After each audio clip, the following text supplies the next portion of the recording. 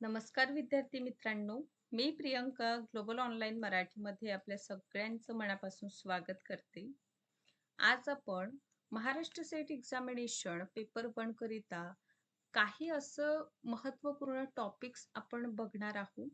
कारण आता एक्झामिनेशनला मित्रांनो फक्त 13 डेज राहिलेले आहे. मात्र 30 दिवस आहे आणि या 30 दिवसामध्ये आपल्याला असे महत्त्वाचे टॉपिक्स परीक्षेच्या दृष्टिकोनातून अभ्यास करायचा आहे, जे वारंवार परीक्षेत विचारतात.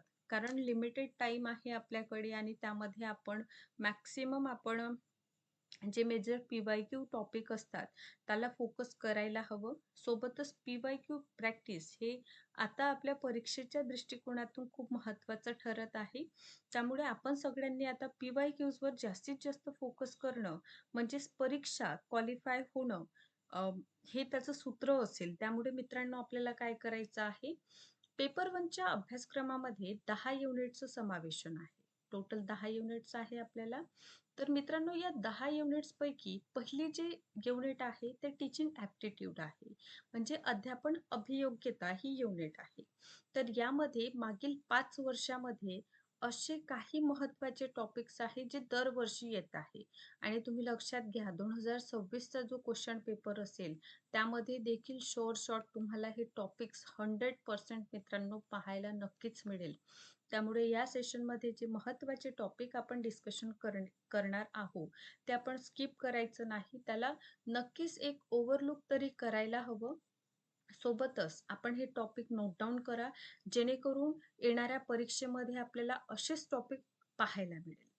संपूर्णतः मागील 5 ते 6 वर्षाचं प्रश्नसंच आपण ॲनलाईज केलेला आहे आणि त्या माध्यमातून आपण हे संपूर्ण जे टॉपिक्स आहे ते घेऊन आलेलो आहोत. आपल्या एक्झाम प्रिपरेशनला आणखीन समोर नेण्यासाठी 30 डेज क्रॅश कोर्स सुरू झालेला आहे. ज्यामध्ये मॅथ्ससाठी स्पेशल बॅच सुरू झालेली आहे. 2 सेशन असेल यामध्ये. सकाळी 9 वाजता एक सेशन असेल, एकदम बेसिक यामध्ये आपलं मॅथ्सचं कव्हर होणार आणि सिलेबस अकॉर्डिंग 7 वाजता लाईव्ह सेशन होईल. 6 युनिटवर आधारित 8 वाजता परत सेशन आहे. सगळे सेशन आपण रेकॉर्डेड बघू शकता. नोट्ससुद्धा अवेलेबल आहे. सोबतच 50 मॉक टेस्ट आहे, 1 वर्षाची व्हॅलिडिटी आणि नवीन बॅच आपण सुरू करीत आहोत. 13 डेज पर्टिक्युलर क्रॅश कोर्ससाठी 30 ऑगस्टपासून आपली बॅच सुरू होत आहे, ज्याची फीज मात्र ₹2600 आहे. ऑफिशियल नंबर्सवर कॉन्टॅक्ट करून आपण आजच कोर्सला जॉइन करू शकता. पेपर 1 प्रमाणे पेपर 2 मध्ये commerce management, computer science, political science, life science, history, economics, Marathi, chemistry, English, education, library science आणि लॉचं देखील सब्जेक्ट अवेलेबल आहे. फीज मात्र 4000 आहे. 13 डेज क्रॅश कोर्स आपण 30 ऑगस्टपासून मित्रांनो सुरू करीत आहोत. या नंबरवर कॉन्टॅक्ट करा आणि आजच कोर्सला जॉइन करा. सर्वप्रथम म्हणजे प्रिव्हियस इयरमध्ये झालेलं आपण बघायला हवं. 2025 मध्ये कुठले असे टॉपिक्स तुम्हाला विचारण्यात आलेले. हे संपूर्ण टॉपिक टीचिंगवर आधारित आहे. चला, पहिला जो प्रश्न आलेला होता, चिंतनशील स्तर म्हणजे अध्यापनाचे स्तर, लेव्हल ऑफ टीचिंग जे आहे, अध्यापनाचे स्तर, ठीक आहे. या 3 स्तरांचा अभ्यास तुम्हाला करणं खूप गरजेचं आहे. ठीक आहे. Memory level of teaching, understanding level of teaching आणि रिफ्लेक्टिव्ह लेव्हल ऑफ टीचिंग. चिंतनशील स्तर म्हणजे रिफ्लेक्टिव्ह लेव्हल ऑफ टीचिंगवर प्रश्न आहे. शिक्षक केंद्रित विधींमध्ये नाट्यीकरण, भूमिका पालन, प्रकल्प, बुद्धिमंथन, कारण बुद्धिमंथनवर याच वर्षी प्रश्न आलेला आहे. सोबतच ऑनलाईन पद्धतीमध्ये स्वयंप्रभा आणि मूक दोन्हीवर विधान स्टेटमेंट ज्याला आपण म्हणतो, त्या फॉर्ममध्ये प्रश्न आलेला आहे. सोबतच साकारित म्हणजे इव्हॅल्युएशनचे जे प्रकार आहे, टाइप्स ऑफ इव्हॅल्युएशन हा देखील महत्त्वाचा टॉपिक इथे आपल्याला पाहायला मिळतं. त्यामुळे आपण काय करा, त्याला रिवाईज करा. ठीक आहे. अ, काय म्हणतो आपण प्लेसमेंट इव्हॅल्युएशन काय होतं, समेटिव्ह काय आहे, फॉर्मेटिव्ह इव्हॅल्युएशन काय आहे, ते व्यवस्थित अभ्यासा. कारण वारंवार प्रश्न याच भागातून येतात. तर हे 5 टॉपिक आहे. इव्हन टीचिंग रिलेटेड काही टर्म्स आहे, ते देखील आपल्याला परीक्षेमध्ये विचारले जात आहे. तर मित्रांनो, 2025चं जेव्हा प्रश्नसंच आपण बघितलं, त्यामध्ये हे 5 टॉपिक आहे. त्याच पद्धतीने 2024 मध्ये सेम अध्यापनाचे स्तर ठीक आहे. 3ही लेव्हल जी आहे, 3 स्तर जे आहे, ज्यामध्ये एम-एल-टी, यू-एल-टी आणि आर-एल-टी अभ्यास करा. अध्यापन पद्धती संपूर्णतः टीचिंग मेथड्स आपण अभ्यास करणं खूप गरजेचं आहे. टीचर सेंटर्ड मेथड असू द्या, स्टुडंट सेंटर्ड मेथड असू द्या, दोन्हीवर प्रश्न असतात. यामध्ये 2 महत्त्वाचे टॉपिक, एक तर आहे प्रतिभावंत विद्यार्थी, गिफ्टेड चाइल्ड जे आहे, हा एक महत्त्वाचा प्रश्न इथे विचारलेला. सेकंडली आहे अडल्ट, ठीक आहे, प्रौढ जे आहे त्या संबंधित प्रश्न विचारलेला होता. आणि सेम 2025 प्रमाणे 24 मध्ये देखील मूल्यमापनाचे प्रकार विचारलेले आहे. तर हा परत रिपीट होत आहे, हा परत रिपीट होत आहे, परत अध्यापन पद्धती रिपीट झालेल्या आहे. 24 मध्ये 2 नवीन टॉपिक, एक प्रतिभावंत आणि प्रौढ असं विचारलेलं. त्यानंतर आपण बघूया 2023चं, कारण 22 मध्ये पेपर झालेलं नव्हतं. पहिले आहे अध्यापनाचं स्तर. सेम प्रश्न एम-एल-टी वर कधी येतं, कधी अंडरस्टँडिंग लेव्हल ऑफ टीचिंगवर, तर कधी रिफ्लेक्टिव्ह लेव्हल ऑफ टीचिंगवर प्रश्न आहे.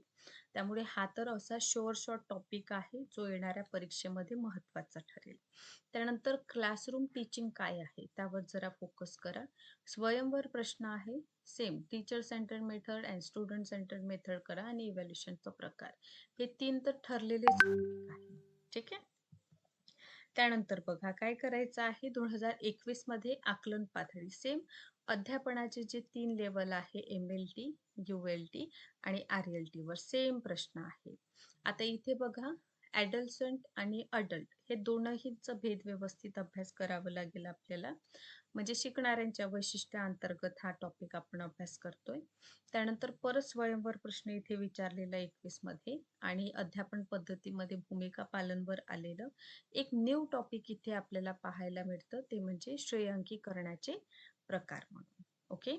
या व्यतिरिक्त 2020 मध्ये same reflective level of teaching वर प्रश्न आहे. तर हा तर फेवरेट टॉपिक असं तुम्ही समजा आणि अभ्यास करा.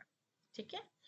त्यानंतर इंडिव्हिज्युअल डिफरन्सेस हा एक महत्त्वाचा नवीन टॉपिक. ठीक आहे. स्वयंप्रभामुख हे तर विचारलं जात आहे. इथे मेजरली अध्यापनाच्या पारंपरिक सहाय्यभूत प्रणाली हा टॉपिक इथे 20 मध्ये विचारलेलं होतं आणि एक डिफरन्स तुम्ही क्लिअर करून घ्या. मूल्यमापन आणि मूल्यांकन यामध्ये काय बेसिक फरक आहे, कारण टर्म्सवर सुद्धा प्रश्न येत आहे. ओके.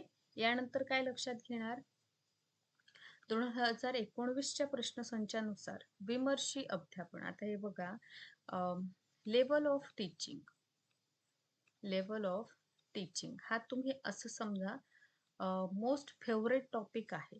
वारंवार याच टॉपिकवर तुम्हाला काय दिसून येत आहे, दरवर्षी मागील 5 ते 6 5 to 6 इयर्स पासून आपल्याला दिसून येतं हा टॉपिक रिपीट होत आहे.